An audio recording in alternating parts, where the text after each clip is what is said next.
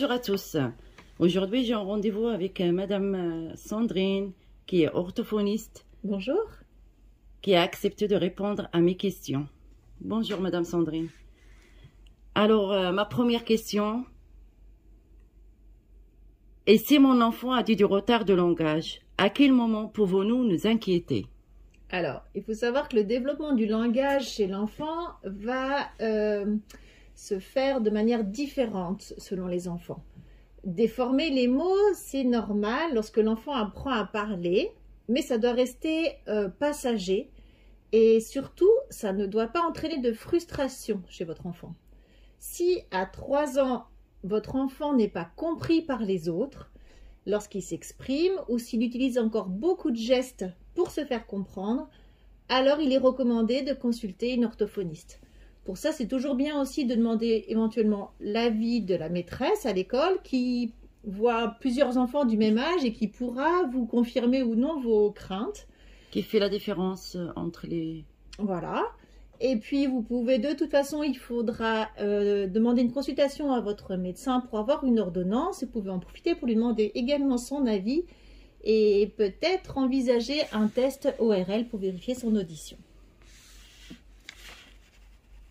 D'accord, j'ai une autre question, Madame Sandrine. Quelle est la différence entre le trouble du langage et le retard du langage?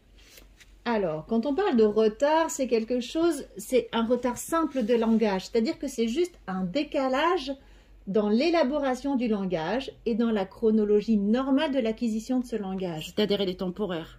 C'est-à-dire passager. Que l'enfant va développer son langage comme il devrait le faire, mais avec du retard.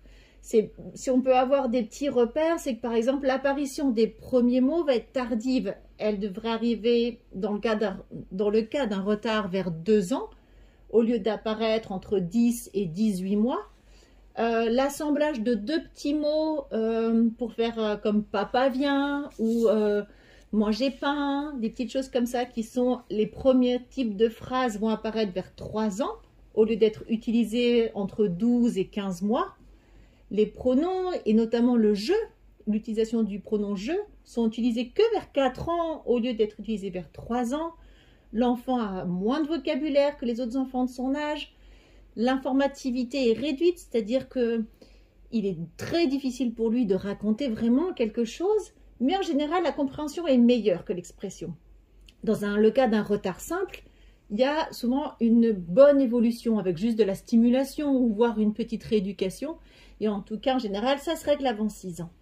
Dans le cas de la dysphasie, ce sont des troubles plus importants, durables et déviants. C'est-à-dire que ces troubles ne concernent que 1% de la population scolaire. Et ils peuvent atteindre soit le versant expressif, c'est-à-dire la façon dont l'enfant va parler, soit le versant réceptif, c'est-à-dire sa compréhension. Et il y a des degrés de sévérité très variables qui peuvent aller jusqu'à la quasi-absence de production de langage chez l'enfant. On peut suspecter une dysphasie si l'enfant ne produit pas du tout de mots à 2 ans ou de première phrase à 3 ans. À l'âge de 4 ou 5 ans, on va observer un vrai déficit de la communication. Il peut y avoir également des troubles de l'évocation lexicale, c'est-à-dire que l'enfant va chercher ses mots. Il y a parfois des mots qu'il va connaître mais qu'il n'arrivera plus à retrouver. Voilà, on sent aussi dans la production de ces phrases, c'est pas juste comme un enfant plus petit qui parle, mais il va y avoir une construction de phrases qui va être très particulière à l'enfant dysphasique. Merci madame. Alors, comment on peut différencier mon enfant s'il s'agit du retard de langage ou du trouble du langage? Ah bah alors ça veut dire c'est ce qu'on vient d'expliquer. Donc en fait c'est juste au moindre doute, je pense qu'il est de toute façon bien de faire un bilan chez l'orthophoniste et c'est l'orthophoniste qui fera cette différence. D'accord. Alors Madame Sandrine, comment on peut savoir si un enfant est autiste ou dysphasique? Alors ça c'est deux troubles qui n'ont pas grand chose à voir. Mais des fois ça ressemble un petit peu. C'est-à-dire qu'ils font tous les deux partie de ce qu'on appelle les troubles neurodéveloppementaux de toute façon. Et dans le cadre du trouble du spectre autistique, il y a des enfants qui n'ont pas du tout de langage et puis d'autres qui vont en développer un.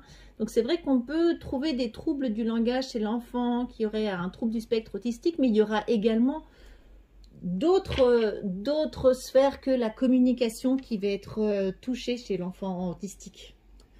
Madame, comment on peut savoir si un enfant est autiste ou dysphasique?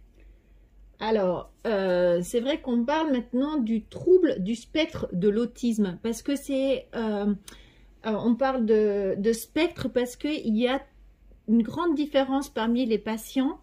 Et dans le trouble du spectre de l'autisme, il y a des patients qui vont avoir un trouble du langage et d'autres qui n'auront pas de trouble du langage. Également, il y aura des patients qui auront une déficience intellectuelle et d'autres non. Aussi, dans le spectre de l'autisme, il n'y aura pas que la sphère du langage qui sera touchée, mais il y aura également des déficits persistants dans l'interaction sociale d'une manière plus générale et dans différents contextes. On retrouve très fréquemment aussi des comportements, des activités ou des intérêts restreints ou répétitifs chez ces enfants. Alors maintenant, comment le différencier? C'est pareil, je pense que là, il faut être orienté en cas de doute vers un spécialiste. Dans le cadre de l'autisme, ça peut être un pédopsychiatre ou un neurologue pédiatrique ou un neuropsychologue qui pourra vous aider à poser le bon diagnostic.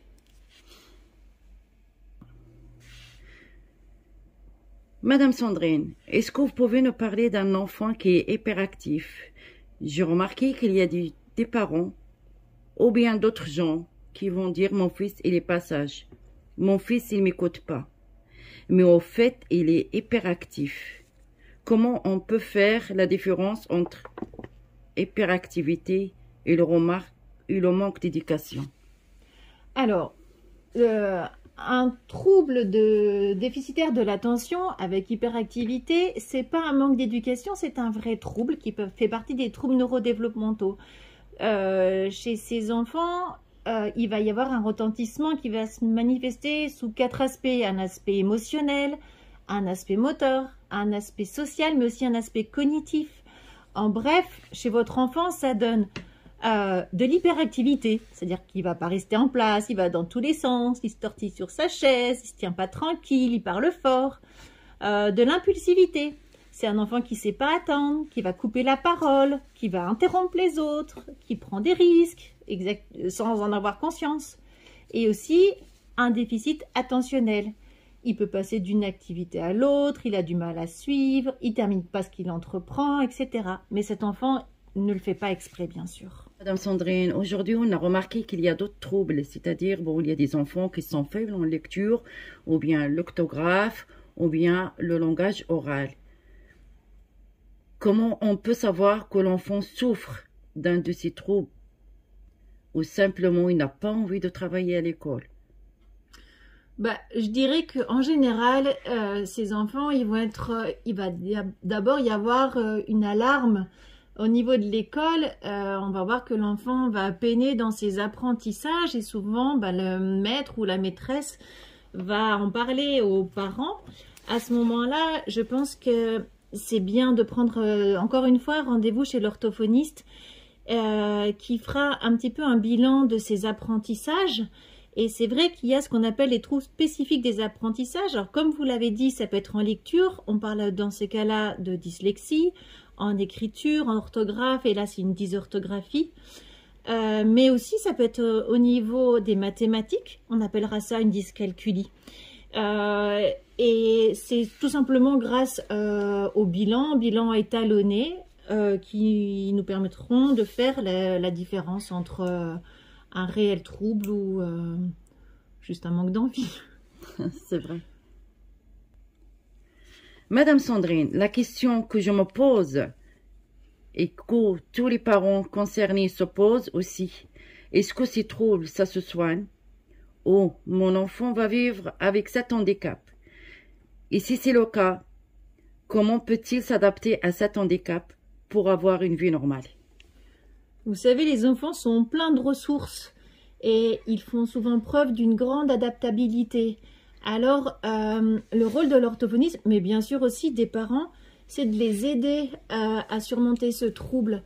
Ils vont mettre en place des tas de moyens de compensation pour justement contourner leurs difficultés.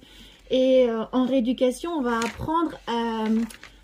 leur apprendre à maîtriser de mieux en mieux, à automatiser tous ces moyens de compensation pour leur permettre de faire illusion. Alors c'est vrai, ils auront toujours leurs troubles, mais il sera de mieux en mieux compensé et ils auront une vie tout à fait normale. Madame Sandrine, ma dernière question. Quels conseils pouvez-vous nous donner sur des enfants dysphasiques ou hyperactifs ou autistes? C'est large comme question, mais de toute façon, l'idée c'est de stimuler vos enfants, d'être à leur écoute, de les observer. Quand je dis de les stimuler, c'est toujours leur apporter, en tout cas au niveau du langage, ne pas hésiter à leur apporter un maximum de vocabulaire, les amener à être curieux, curieux sur les mots, leur lire des livres. Je trouve que la lecture du soir, rien que cet exercice-là, eh ben, développera beaucoup leur langage, mais aussi leur goût du livre, leur appétence à la lecture. Et ça me paraît très très important. C'est bien de travailler en collaboration avec les rééducateurs qui s'occupent de votre enfant, qui seront, j'espère, de bons conseils pour vous, pour la vie quotidienne, parce que c'est vous les premiers acteurs, je dirais, de l'évolution de votre enfant. Et puis bien sûr, et ça c'est évident, beaucoup d'amour et de bienveillance par rapport à leurs difficultés. Merci beaucoup Madame Sandrine de répondre à mes questions. Je pense que tous ces conseils-là, ça va aider des parents. Je l'espère et puis c'est avec plaisir. Merci beaucoup encore. À bientôt. À bientôt.